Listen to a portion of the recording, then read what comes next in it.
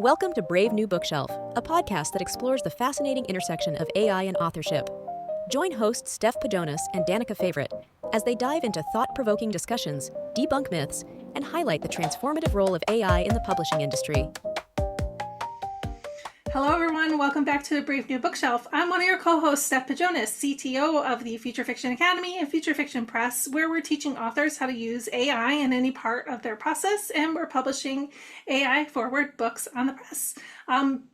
Just cruising along through spring here. You are getting these episodes once a week, but we are doing these interviews pretty much back to back all throughout the spring so that we have a bunch of them saved up for the summertime so we won't have to take off as many weeks during the summer as we did last year. We will be enjoying ourselves, but the episodes will still be going out, and that's how that works. Isn't that lovely? I like the fact that we can batch a lot of stuff, and I do use a lot of tools to help us with these podcasts. I use Claude, I use a WordPress plugin that I made that will go through all of the notes and give me summaries of everything, and then I read through and make blog posts and do all that fun stuff. So AI is an important part of the process, even on the back end of this podcast. There's just no getting away from it. I'm here today with my lovely co-host, as always, Danica Favorite. How are you doing today, Danica? I'm good, thank you. I'm good. Yeah. And also to mention what Steph uses to organize the podcast, actually, we both use it, is everything is really extensively organized in Notion. And we just message each other, letting each other know, oh, hey, this is up or whatever. And it really is so convenient just to collaborate together. And I love that AI makes this so easy. And that's really what we're here for, is trying to make authors' lives easier. And I know a lot of people are like, oh, I don't want to do this for AI. I don't want to do that, whatever. We don't care how you use AI, what you're using AI for, but we always like to share all the different ways you could use it, because maybe there is something that you want to use AI for, or you hadn't thought of it yet. I'm glad that Steph talked a little bit about our process, because I love sharing this with people, because you just never know when you're going to get that light bulb moment. I feel like with every guest, I always jot something down of, ooh, I want to try that. So really appreciative of all of the guests. For those of you who don't know me, I'm Danica Favorite. I'm the community manager at Publish Drive, where we help authors at every stage of their journey, whether that's formatting their books, crafting the perfect metadata and book descriptions, getting your books distributed to the widest audience possible, as well as once your book gets out there, helping you with some promotional tools. And then if you need it, we can help you split royalties amongst co-authors. And I said last time I was talking about how with AI and all the AI stuff, different companies are really struggling with how to manage AI content and different AI content farms, and making sure it's good AI that is getting through. At least Publish Drive, being an AI forward company, we're very committed to making sure that people who use AI can get their work out there. But one of the things that we always talk about on the show is how to do it well. And I really hope that as people are listening to this or watching us on YouTube, that the message you get is not just throw a prompt in, get something, and try to publish it. That's not what any of us are here for. And if you've listened to our previous episodes, you will know that the people who are producing quality work with AI are doing it multi-step, multi-prompt, and in multi-ways.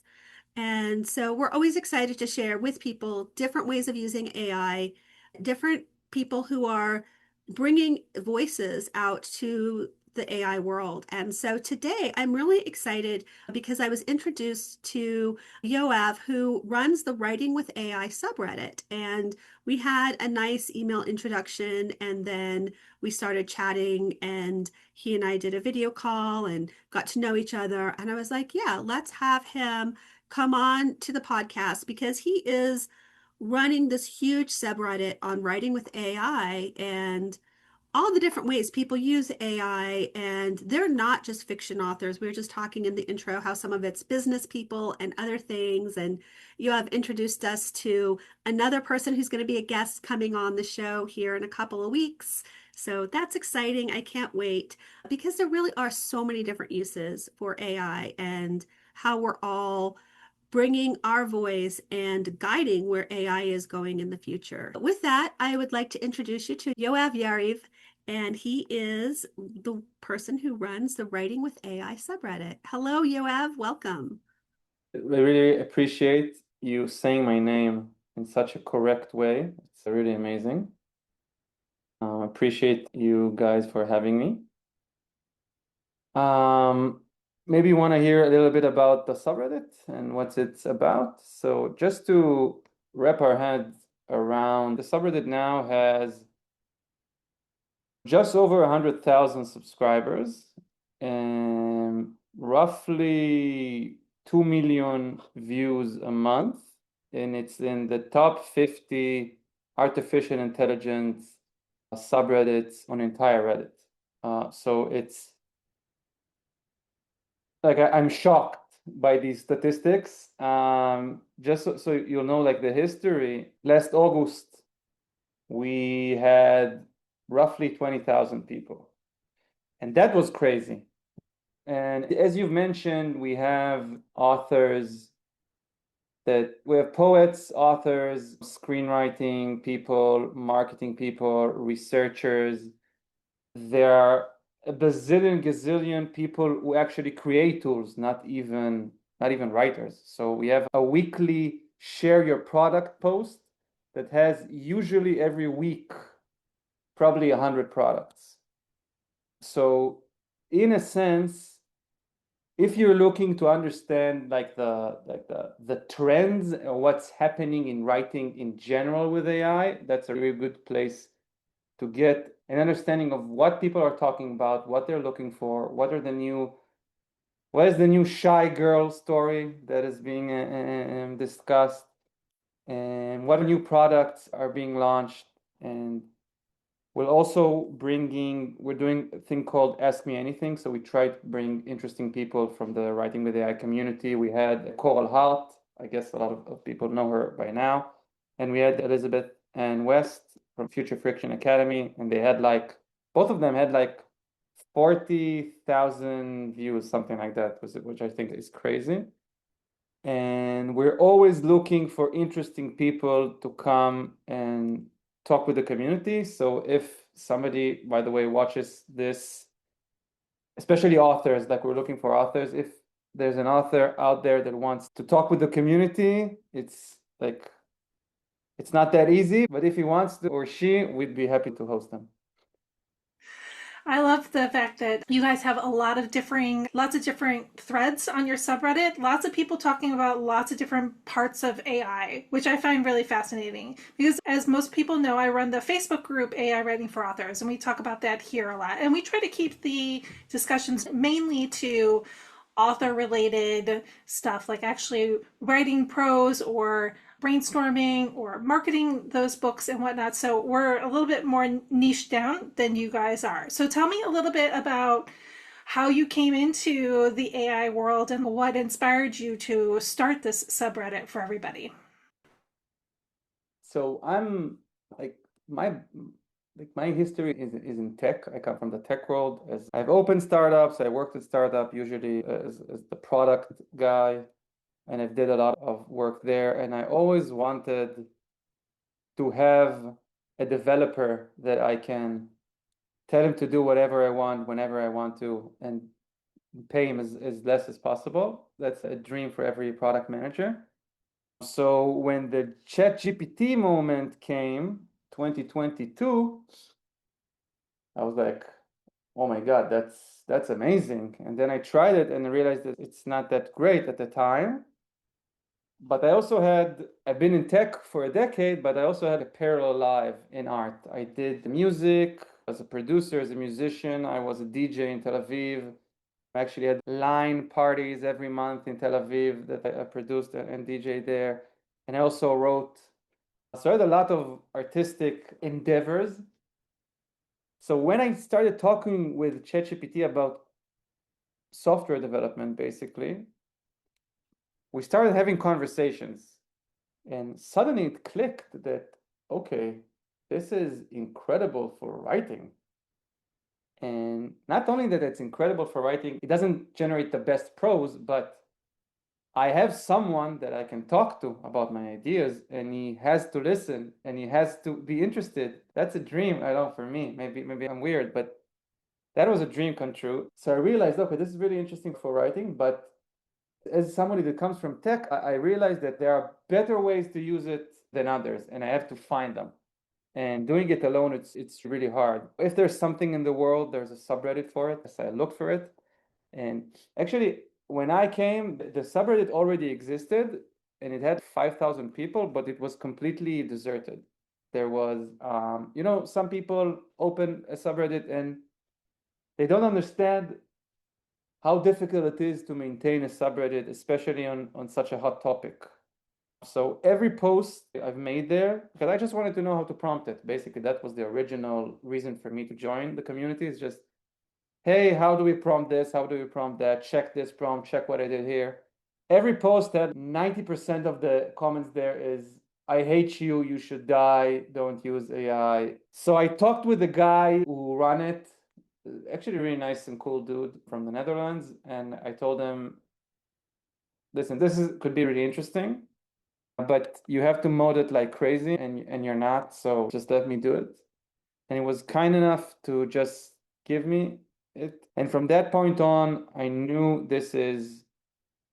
I always, when I talk with people about writing with AI, the subreddit, I always tell them that in a few years, we can just change the name to writing, because this is it. And then it just grew and grew once we started basically just cleaning it. 90% of our effort at the start, when I say we, it was me, but then I had to bring a team of mods. Now we're 6 or 7 people, because there's just so much hate to maintain. Now it's actually much better in that regard. It's more of a soft hate, which is, I can deal with that. So we had to clean things up. We cleaned it. We did a very interesting competition called Voltageverse, which also Future Fiction Academy, where Elizabeth was a judge and also a sponsor. That also made we reached a lot of people with that. And we just started growing like crazy. That's the gist. Yeah, as much as I love Reddit, there are a lot of things that are just, abhorrent about Reddit, right? You're correct. You have to be a very strict moderator on Reddit in order for people to feel safe in there enough to post, right? And even if they go and they create a throwaway account, or they've got a second account that they can use on Reddit for posting, sometimes people just don't want to be attacked constantly for their views. So it's a really great thing that you did take it over and you started cleaning house a little bit. It's funny that you mentioned that you took it over from somebody else, because I had a subreddit for a while that was sci-fi romance, which I was like, this is a huge genre. How come nobody's talking about it on Reddit? And then I tried to get it started up and get it going, people in there talking about it, and people just didn't want to talk about sci-fi romance. So I let it go for a while. And then somebody came along behind me and was just like, I'll take it over. It seems like you don't want to do it. And I gave it to her. I was just like, have fun. I'm not going to be doing much more in here anyway. So, sometimes they turn over and they go on to live new lives past the original moderator who started it.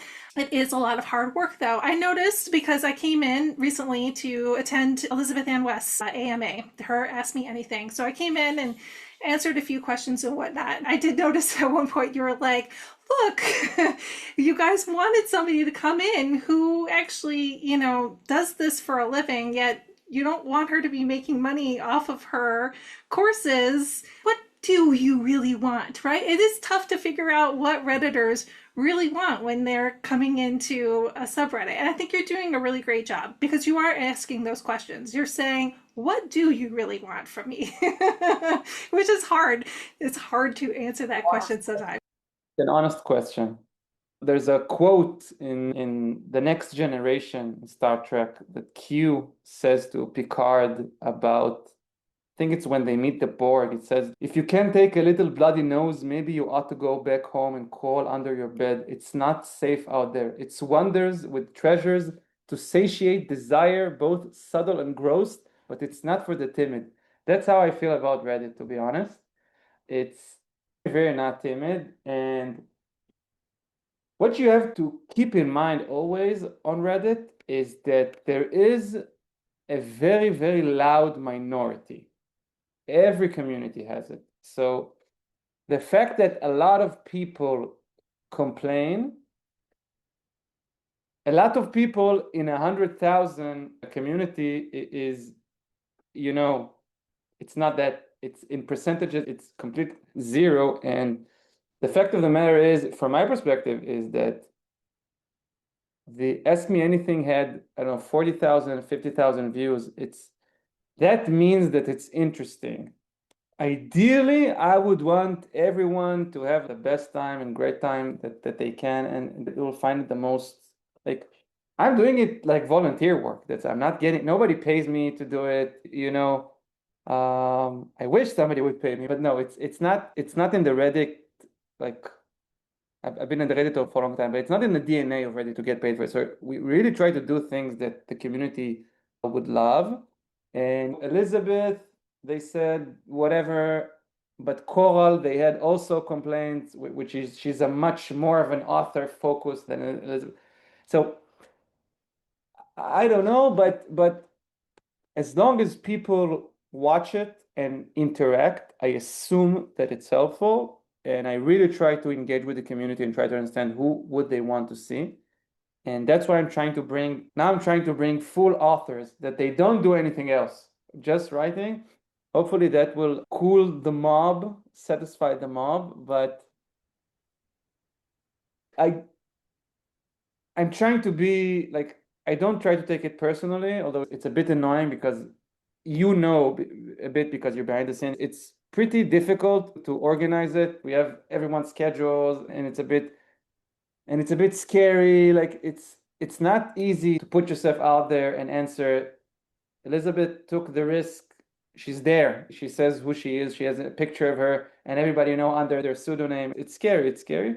But I try to take it as, okay, so they want something else. Let's try to help them, because I think that bringing people that are actually doing it, that's the most interesting thing you can talk about, with people that are actually in the front. Yeah. And I love what you were saying about how it's the minority that's the loudest that's complaining, because I think so many people are scared of using AI or admitting that they're using AI because the voices that are opposing it are so loud.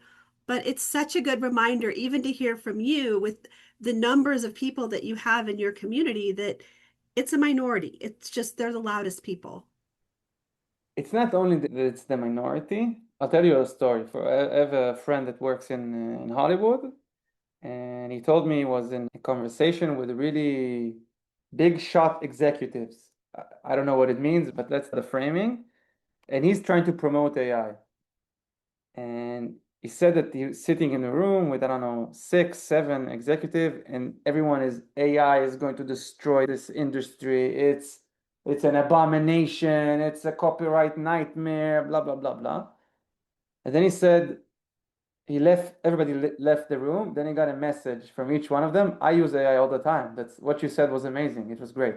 So I think there's, I don't know to explicitly pronounce it. Maybe marketing is the right way, but there's a name that we know here. It's like virtue. It's a type of a virtue signaling. It became AI bad, I'm good person, something like that. So when I talk, I won't name names, but when I talk with big publishers and big production companies, Hollywood or in publishing, everybody uses AI. 100% of them uses AI. But it's very hard for them to say it because of this vocal minority. They feel they're going to lose their audience. But time is on our side. That's how I see it. Absolutely. And I agree with that. I actually just posted a really angry note on Substack the other day because somebody that I personally know uses AI all the time was posting this big anti-AI thing on Facebook. And I was like, ugh. And like, I keep people's secrets. Steph and I both do this. People will confess to us privately, oh, I use AI. And then you see them heaping on the pile of anti-AI sentiment. And I'm just like, stop it. And so for those of you who are listening, I'm going to say it again. Please stop doing that. I love that you're using AI. And if you don't want to admit publicly that you use it, that's fine. Just don't add fuel to the anti-AI fire. And like you were saying, with people in big publishing and everything using AI, our CEO, Kinga, just returned from the Bologna Book Fair. And she just sent me a note about how she was talking for, oh, get this stuff, because I haven't told you this yet. They were talking to Penguin Random House, and someone from Penguin Random House was like, oh, yeah, we use AI for everything. And we're like, yeah. Yeah, And we so knew that. We knew that. right. And that's just what I'm saying. Is like we knew that, but now they're starting to publicly admit it at the book fair. So maybe it's not out there in like all of their press releases and everything, which, hello, it's not ever going to be, but it's out there. And so I love your story, Yoav, about Hollywood, because that's what we're seeing across the board. And so my encouragement to people listening is please, if you're using AI secretly, good for you. Please continue using it secretly, but just stop adding fuel to the anti-AI fire. It's so bizarre. It's so bizarre for me. Again, in tech, it's just a tool. Nobody cares if you use AI or not. Do whatever you want. So it's so bizarre for me that people are using it and are externally fighting against it, and they're using it. It's crazy for me that I would never have believed this is what's happening if I wasn't in the frying pan and actually seeing people do it. It's just so bizarre. And for the publisher and Penguin and whoever, they're actually going to work now. It's like God of the gaps. It's the AI in the gaps. They're not going to say we're using AI for everything. They're going to say, no, we use AI only for marketing and only for SEO. It will take time until they start admitting they use it for creative stuff. This is like there's a hierarchy of what it is allowed to use AI for. And the creative, everything that is creative in specifically generating the prose is more of a holy grail, like like not a holy grail, but a holy cow. I don't know how to say it in English. What's the I think Indian it's phrase? sacred cow. Sacred cow. Sacred cow.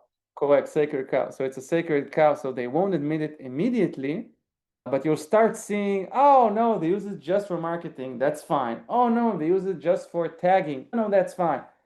This is how it's going to work until, there's going to be a really big author. That's how I imagine it's going to happen. Maybe I might be wrong, but there's going to be a big author that is going for marketing and publicity reason, going to say, I'm using AI all the time, and then it's going to be okay. Unfortunately, that's what I believe. I hope I'm wrong, but that's the way out that I see right now. I think you're right. I think as well, like I've said for a few years now, that there's going to come a time when there's going to be some breakout hit. It's going to be like the next Harry Potter. It's going to be the next big thing, right? And then it will come out that person used AI, and everybody will be like, oh, really? Really? There will come that shift where somebody is going to succeed because they managed to use these tools in a way that amplified their creativity, got them to market faster, managed to reach their audience in a way that they couldn't before, and all of that will come together into some really big hit. And then people will realize that AI had a really good, strong part of that. Obviously, the person who is driving it is the creative vision, just like Steven Spielberg is the creative vision as a director and still has a whole bunch of people working for him, right? So I don't think that you're wrong. I think that we're going to see it probably within the next 2 to 3 years, and it will blow things up, I think, pretty big. Yeah, I totally agree. That's why I think that Shy Girl is actually interesting case, because it's not big enough for people to change their mind. That I think it's a timing issue, and the fact that it wasn't big enough. So it was like in an awkward position that people are still very, I don't know if the word bigoted is correct for that, but it's bigoted for using AI. And it's not that successful. So from the publisher perspective, they had to take a risk. It was safer for them to cancel it. It was just safer, which is sad, I think, to be honest, which is sad.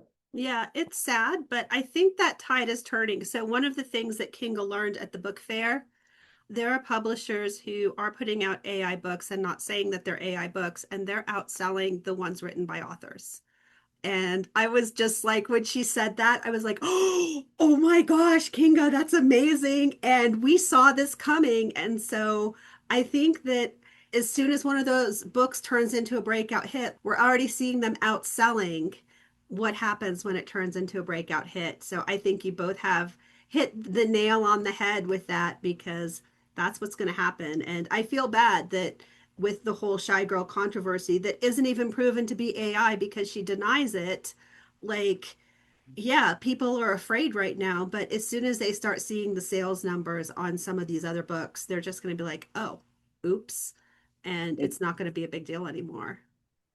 I think, and that's where it starts, I think, to get a little bit messy from my perspective, what you just said, because I come from tech, and I said I was a product guy, and a product guy that if people don't know what product is, so basically a product manager, and it's really dependent between companies, but in general, it's the guy who connects between the guy or the girl that connects between the tech team and the business team. So it's somebody that needs to know a little bit of both. So the business person in me starts to think about the economics. So if I'm Penguin and I can write books myself that can outperform an author, it's much cheaper to do it myself and not having author at all, or maybe having an Instagram account of an author, which is also made by AI, like the UGC phenomenon that we're seeing. It's going to be extremely hard as we move forward. It's going to be extremely hard economically for basically the publishing model to stay alive, because you have people like Coral Hout, which are making crazy money. That's crazy successful, and she has a group of people that are doing it. Like, not that she's alone, and I guess Steph and Elizabeth probably know more people like that. So the entire business model, the economics of being a publisher, I don't know if they're going to make sense. I don't know if they're going to make sense in the long term. And that's something that on the one end might be sad for several reasons, but I think for authors, the promise of ebooks and indie authors in general was, let's kill the gatekeepers. That was the promise in some level. And I think it's going to happen now. AI is the real killer of the gatekeeper, because it's also helping you with the marketing. It also help you generate the book, but also generate things that are adjacent to the book, but are also worthwhile, like maybe audiobooks, and maybe I'm working on my next startup is going to be taking other media, especially books, and transforming them into short vertical videos made by AI.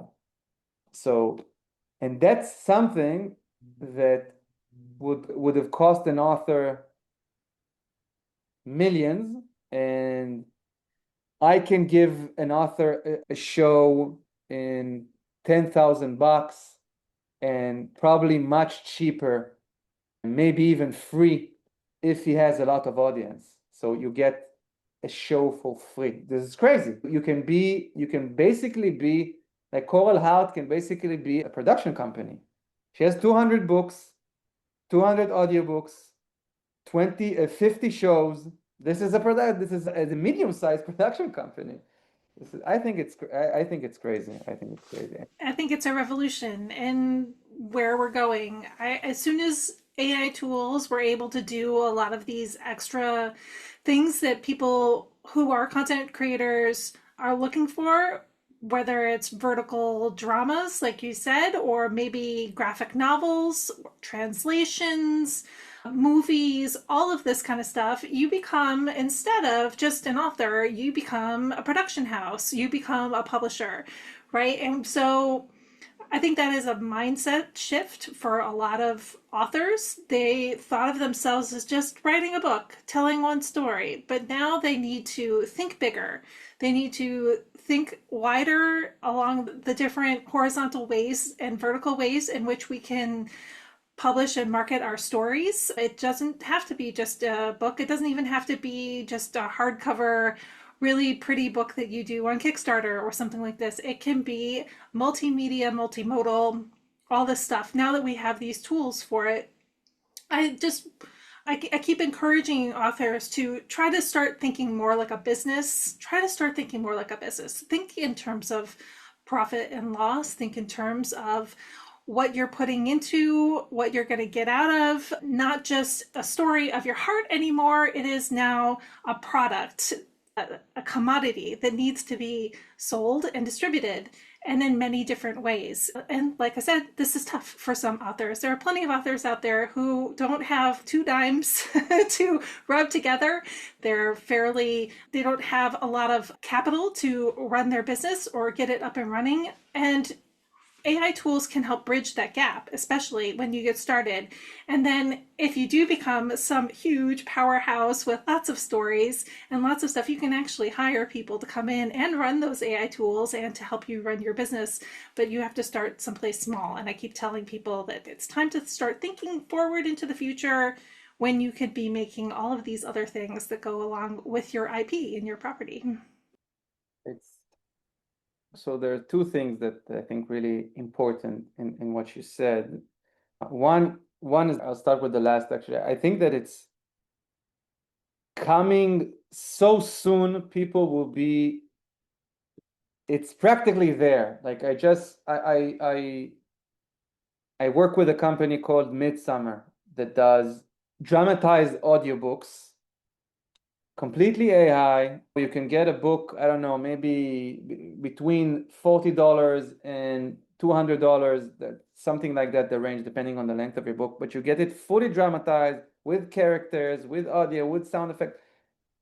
Now, today, this is crazy. And what I'm talked about with the dramatized, like getting your book transformed into a dramatized video, this is something that it's a few months away. It's just crazy. So I think the future is, people, I think, don't really understand how forward are we in that process. We're like, technology is there. So that's one. The other thing is, I think, and that's really important, you touched, I think, about one of the biggest conflicts or points of contention in the community, which I just realized that in the next few weeks, there are a lot of authors that all they want really is to get a story that they dreamed of. It's usually fantasy, sci-fi world. This is what they want. And for those people, AI is also a great tool, but if you want to make a living as an author, you're just making your chances really slim. That's what you're doing. So yeah, you can write an amazing one book, which will be tremendous and everybody will love it. Good for you. The chances are really small, and not even because that your book isn't good. Your book can be amazing, but getting people to read it, it's a difficult thing. So even if you have that one book, maybe generating a lot of books in that world, so you can push people back into that magnum opus, that may be the right tactic for you. But the thing is that I think that a lot of people can't wrap their head around the fact that it's almost impossible in any, not only in writing books, screenplays, plays, music, whatever, writing a single piece and expecting it to fund everything in your world is just really not probable. Not impossible, just highly improbable. And I think that's something really hard for authors. And when they see Coral, it, that's not the right way to use AI from their perspective, because AI should only help you create your magnum opus. And I think that's a big misunderstanding that people have, that it's not enough. In most, again, in 99.99% of cases, it's just not enough. And if you just want to write a good book, just do it. Good for you. Have fun. Like, hope you'll make a lot of money of it. Like, I'll read it gladly. But if you really want to make money in anything, you have to produce a lot. And I think that the more you produce, that's actually where you can actually see the value of AI, is the more you produce. Yeah, I think it goes back to what Steph was saying about this is a business. And I say this a lot to people where, there's a difference between writing a book to write a book because you want to write a book and writing a book because you want income. And the moment you say, I want to make money off of this book, it becomes a commercial product, not just a reflection of your creativity. And so I really love this perspective from you as a business person who's done startups and things like that, to say, look, this is how, as writers, you need to look at your writing as a business. And so I would love to hear some of your tips on what are things that writers looking to make that business should be looking at. I think that personally, first of all, again, I'll just say that I'm totally fine with somebody just writing because he wants to write. I did music and DJ, and I didn't see it as something that I'm gonna get, not going to be my main source of income. It didn't make me feel less connected to it. But I knew that I'm not going to be making money from it enough to survive. So I had the privilege of doing it whenever I feel like it. But if you want to have a business, you have to have, you want to make the best sandwich in the world. If you have only one, it probably won't be enough. So I would actually say that at this age, I think that the number one thing that you can do as a writer is start at the end, and not the end of the story, but start at what is selling right now? What is the number one? What are the tropes? What are people looking for? Like, I didn't know that most of the books today are between power dynamics of an enemy turning to a lover. I didn't know that. First of all, I'm a guy, and I don't think about these kind of things ever. So I had no idea. And what it hit me that, okay, this is a trope, or this is the top selling books today. They use these tropes. I want to do a fantasy world with orcs and elves. I don't know. I can do a romance book about this particular power dynamics, about an orc and an elf. It doesn't really matter. I can do it. But that's the way I would go about it. Start at the end. Who is the audience? What are they looking for? What is selling right now? What's the market? That's the first question. And this is one of the things that actually, analytics and AI are pretty good at. Help you with that. First, you have the tools. And you have the bestseller tools for Amazon and stuff like that. Everything is available. It's pretty easy to see. So this is actually how I would start. Just doing that. And the second thing I would always consider is I'm playing the long game, which means that I want to create a connection between me and my audience. And I'm not even saying a connection like in brand and Instagram and show them that I'm in the beach and stuff like that. No, just getting emails, building your audience, knowing who they are, where they are. Start building a list of people. These are the people that I want to share with my books. Maybe it's an Instagram influencer or a TikTok influencer, something like that. But understanding that you're playing for the long run. So you have to, every person that you have a connection with, you're going to sell him the next book. At least you hope so. So always think about it like that. So know what your audience wants and keep your audience. Don't forget it.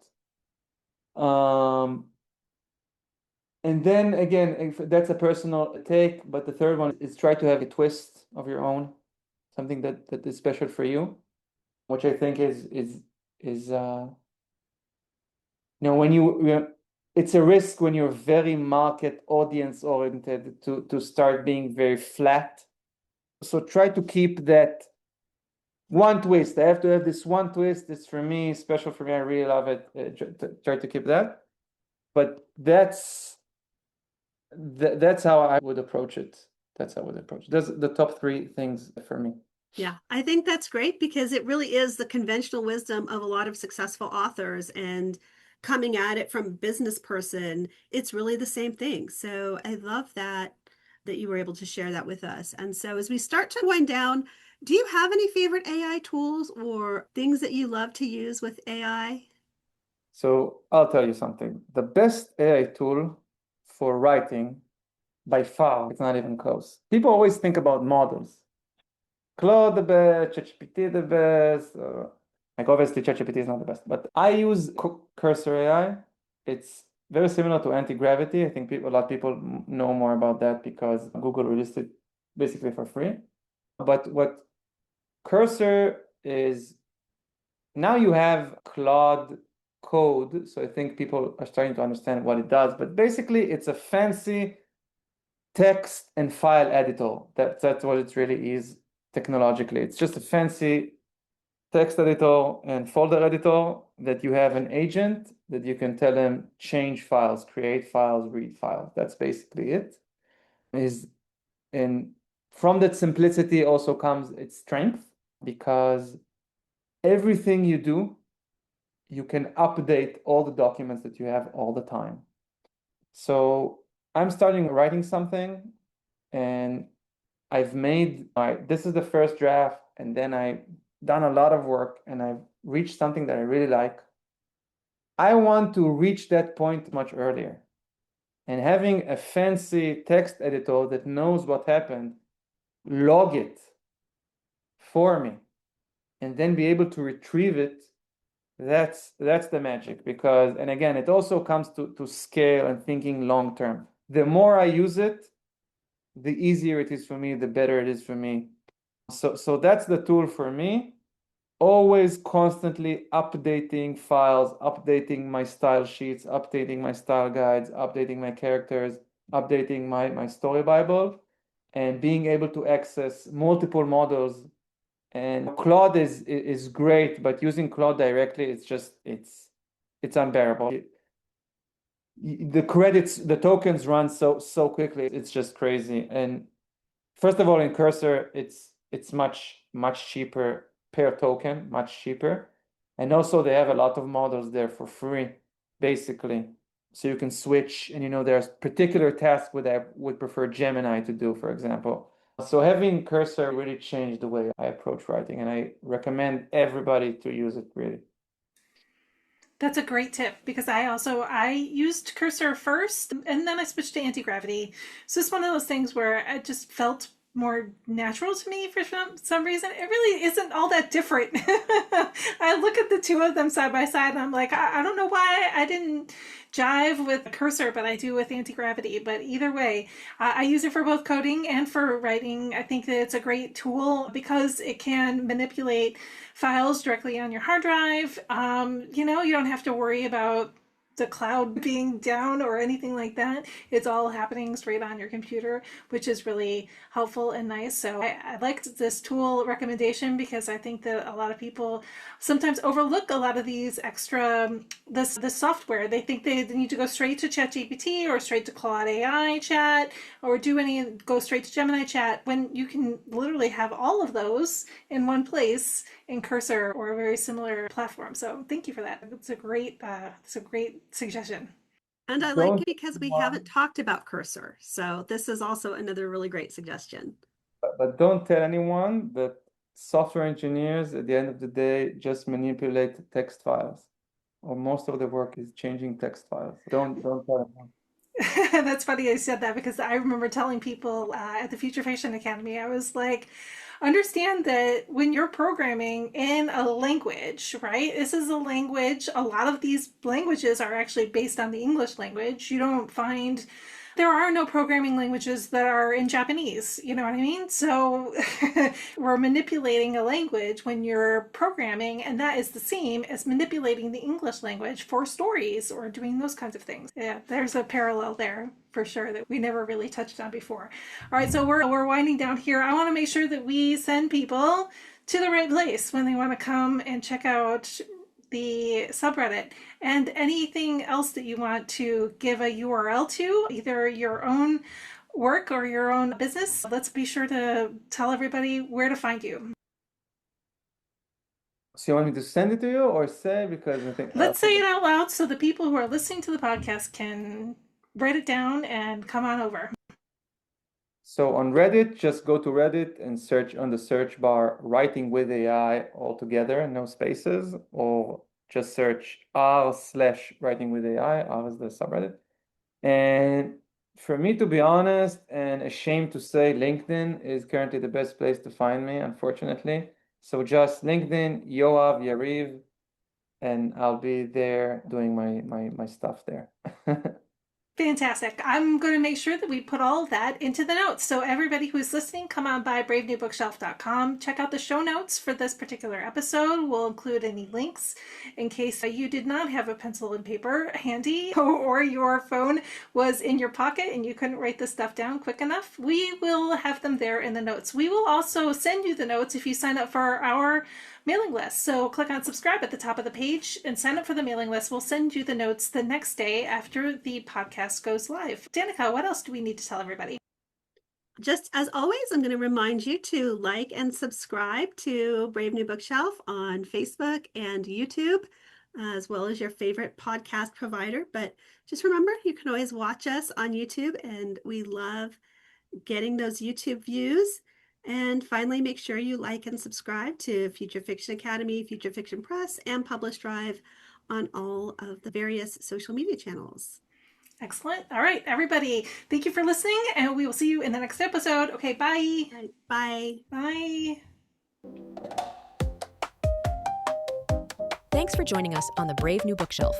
Be sure to like and subscribe to us on YouTube and your favorite podcast app. You can also visit us at bravenewbookshelf.com, sign up for our newsletter, and get all the show notes.